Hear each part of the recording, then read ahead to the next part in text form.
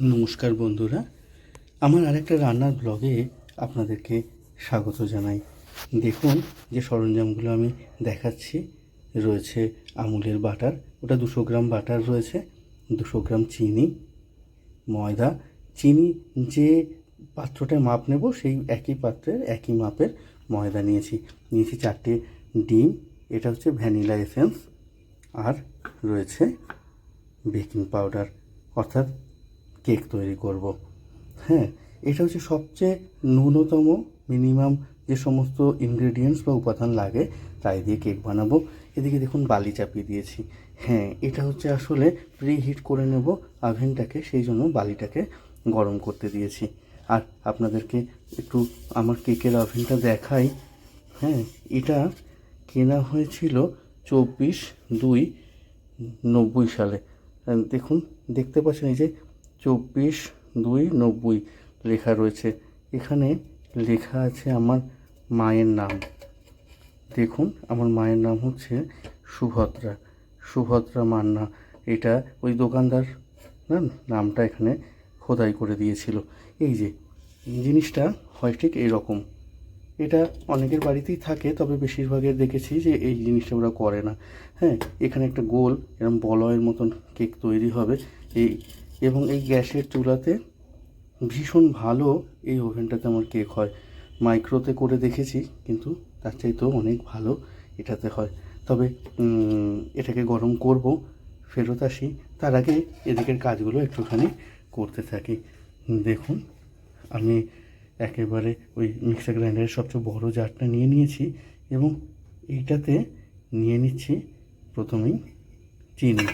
হ্যাঁ, সুগারটা পাউডার করব, চিনিটা পাউডার করে নেবো বলে এটাকে এর মধ্যে একেবারে নিয়ে নিলাম।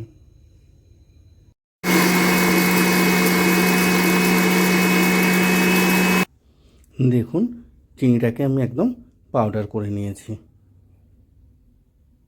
প্রথমে চিনিটা পাউডার করে নিয়েছি, এবার চিনির মধ্যে এই বাটারটাকে আমি মিশিয়ে দিচ্ছি। চিনি আর বাটারকে সবচেয়ে ভালোভাবে মেশাতে পারলেই আমার কেকটা ওই রকম ফ্লপি এবং সুন্দর হবে। হ্যাঁ, তার জন্য চিনি আর বাটারকে সবচেয়ে ভালোভাবে মেশানোটাই দরকার। বাকিগুলো খুব আলগা করে মিশিয়ে নিলেও হবে। কিছুটা বাটার রেখে দিলাম, এটা ওই ওভেনটাকে গ্রিস করব বলে। তাহলে ওটাকে আমি এবার আবার চালিয়ে নিয়ে আর মিক্সটা করে নিচ্ছি। দেখুন, চিনি আর বাটারটাকে আমি ঠিক এরকমভাবে মিশিয়ে নিয়েছি। এইবার এতে আমি যোগ করে দেব ডিম। দেখুন, আমি একটা মাপ দিয়েছিলাম যে বাটিটার মাপে আমার 200 চিনি হয়েছিল, ঠিক ততটাই নিয়েছি ময়দা। আর দেখুন, ডিমগুলো ফাটিয়েও কিন্তু আমার ঠিক ততটাই হয়েছে। এবার এই ডিমগুলো দিয়ে আবার আমি এটাকে মিক্সড করতে শুরু করব। ডিম, মাখন আর চিনির দেখুন মিশ্রণটা এরকম তৈরি হয়েছে। এরপর এতে দিয়ে দেব বেকিং পাউডার। বেকিং পাউডার দেব আমি এরকম একটু বেশি করেই, অর্থাৎ মানে 2 চামচ মতন বেকিং পাউডার আমি দেবো। এখানে কোনো বেকিং সোডার ব্যবহার আমি করছি না। এবার অল্প অল্প করে এর মধ্যে ময়দা আমি অ্যাড করব, আর মিক্সারটা ঘুরিয়ে ময়দাটাও এর সাথে মিক্সড করতে থাকবো। পুরোটা একসাথে দিলে মেশিনের উপরে আমার একটু লোড পড়ে যাবে, সেই জন্যে অল্প অল্প করে দিতে থাকছি।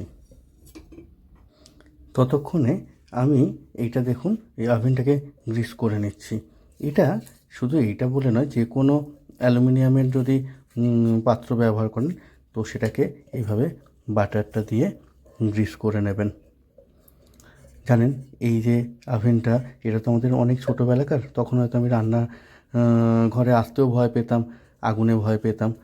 মা তখন থেকে এটা কিনেছে, দেখালামই। হ্যাঁ, বোধহয় 90 সাল লেখা রয়েছে। তাহলে ভাবুন যে কত পুরনো জিনিস। হ্যাঁ, এবং সেটা এখনও কি সুন্দর কাজ করছে। মানে এটা আমার কাছে খুব নস্টালজিয়া। হয়তো কখনো এটা উনুনেও বসানো হয়েছে, কয়লার উনুনে। হ্যাঁ, তার মধ্যে দিয়েও এটাকে করানো হয়েছে। মানে এটাতে বহু বছর ধরে এটার মধ্যে আমরা কেক বানাই। দেখুন, পুরোটা এইভাবে গ্রিস করে নিয়েছি। নিয়ে এর উপরে আমি একটু শুকনো ময়দা ছড়িয়ে দিলাম। দিয়ে এবারে এটাকে ঘুরিয়ে ঘুরিয়ে পুরো ময়দাটা এর গায়ে লাগিয়ে নেব, যাতে ময়দার একটা কোট এর ওপরে তৈরি হয়ে যায়। জানেন, এটাতে একটা সময় দাদা ভীষণ কেক বানাতো, তখনও আমার হাতে ঠিক রান্নাঘরে সেরকম দায়িত্ব আসেনি বা কেউ সাহস করে দিত না, বুঝতেই পারছেন। অনেক ছোটোবেলাকার কথা বলছি। হ্যাঁ, আর সত্যি আপনাদের সঙ্গে কথা বলতে গিয়ে খুব নস্টালজিক হয়ে যাচ্ছি। যখন দাদা কেক করতো তখন মিক্সার গ্রাইন্ডারও ছিল না, আমরা ওই ডাল ঘোটা কাঁটা দিয়ে না এইটাকে মিক্স করতাম এবং বেশ হাত ব্যথা হয়ে যেত। তবে তারপর যে কেকটা খেতাম পরের দিন সকালে বা সেদিনই হয়তো রাত্রেবেলা, সেটা বোধহয় অনেক বেশি মিষ্টি লাগতো। আমাদের ছোটোবেলাগুলোয় অনেক কিছু ছিল না, কিন্তু যেটা ছিল সেটা এখন আর পাই না। তখন প্রায় অর্ধেকটা ময়দা দিয়ে এটা ঘুরিয়েছিলাম, এবার বাকি পুরো ময়দাটাই এর মধ্যে মিশিয়ে দিচ্ছি। দিয়ে ফাইনালি আবার এটাকে মিক্স করে নেব। দেখুন মিশ্রণটা এরকম তৈরি হয়েছে। এবার আমি এতে ভ্যানিলা এসেন্সটা দিয়ে দেব, ওই কয়েক ফোঁটা আর কি। এই যে দেখুন, এটা মিশিয়ে দিলাম। ফাইনালি এবার ঢাকনাটা খুলব আর এরপর আমি ওভেনের মধ্যে এটা ঢালতে থাকব। দেখুন কীরকম হয়েছে। ঠিক এই মিশ্রণটা আমি ওভেনে ঢালব। দেখুন মিশ্রণটা এইভাবে ঢালছি। কনসিস্টেন্সিটা দেখেই বুঝতে পারছেন যে কীরকম ঘন হবে। যে কোনো একটা জায়গায় দাঁড়িয়ে ঢাললেই হলো, ওর মতন সমস্ত জায়গায় তরলের সমোচ্চশীলতা ধর্ম অনুসারে ঠিক নিজের মতন সমান তলে চলে আসবে। এদিকে দেখুন বালিটা গরম করতে দিয়েছিলাম, মনে আছে নিশ্চয়ই। তার উপরে আমি এই ওভেনটা এবার বসিয়ে দেব, দিয়ে এর উপরে এবার একটা চাপা দিয়ে দেবো। ইচ্ছা করলেই এখানে কিন্তু আমন্ড, কাজু, কিশমিশ এসব ব্যবহার করা যেত, তবে আজকে আমি কোনো কিছু ব্যবহার করব না। বলেছিলাম একেবারে মিনিমাম ইনগ্রেডিয়েন্টস দিয়ে একটা কেক বানাবো, তো সেটাই করলাম। এরপরে শীত তো চলছেই, নানান রকম কেক তৈরি হবে একের পর এক, সেসব কেকের ভিডিও নয় তৈরি করব। এবার চাপা দিয়ে দিই। এরপর সাধারণত আমার 40 থেকে 45 মিনিট লাগবে। একেবারেই কিন্তু সিম মানে এই সিমে থাকবে, অর্থাৎ একেবারে লো করা থাকবে আঁচ। এবং তারপর এই যে ওপরের ফুটোগুলো দেওয়া যাচ্ছে না, দেখা যাচ্ছে, এগুলো থেকেই কিন্তু গন্ধ বেরোবে এবং সেই বলে দেবে যে তোমার কেকটা তৈরি হয়ে গেছে। পুরো 40 মিনিট হয়ে গেছে, ঘর এখন পুরো কেকের গন্ধে ভর্তি। আমি ঢাকনাটা আস্তে করে খুলে দেখাই।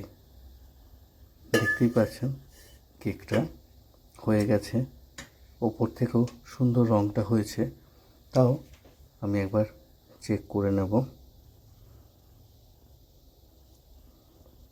দেখুন ভেতরে কোথাও কোনো কাঁচা নেই, অর্থাৎ সম্পূর্ণ হয়ে গেছে। এবং দেয়ালের গা থেকেও দেখুন ওভেনের এটা ছেড়ে এসেছে।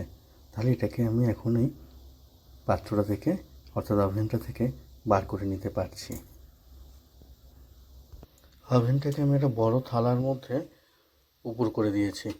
দেখুন এবার এটাকে তুলছি, ভেতর থেকে আমার কেকটা বেরিয়ে এলো। দেখতেই পাচ্ছেন নিচের দিক থেকেও কেকটা কত সুন্দর হয়েছে। তাহলে কেক তৈরি সম্পূর্ণ হলো। দেখুন কেকটাকে আমি আবার অন্য একটা পাত্রে তুলে নিলাম, অর্থাৎ এখন সোজা করে নিলাম। দেখছেন কেকটা কেমন হয়েছে। আচ্ছা, ব্লগটা তাহলে এখানে শেষ করি। আর আপনারা কিন্তু প্লিজ জানাবেন যে দেখুন একেবারে মানে মিনিমাম ন্যূনতম সমস্ত উপাদান বা ইনগ্রেডিয়েন্টস দিয়ে কেকটা বানিয়েছি। এরপরে আরও হয়তো অন্যান্য অনেক জিনিস দিয়ে কেক তৈরি করব, সেগুলো আপনাদের ভালো লাগলে আপনাদের সাথে শেয়ার করতে থাকবো। তাহলে ততক্ষণের জন্য টাটা, পরের ব্লগে আবার দেখা হবে। আপনারা সবাই ভালো থাকবেন, সুস্থ থাকবেন আর সকলকে অনেক অনেক ভালোবাসা দেবেন। টাটা।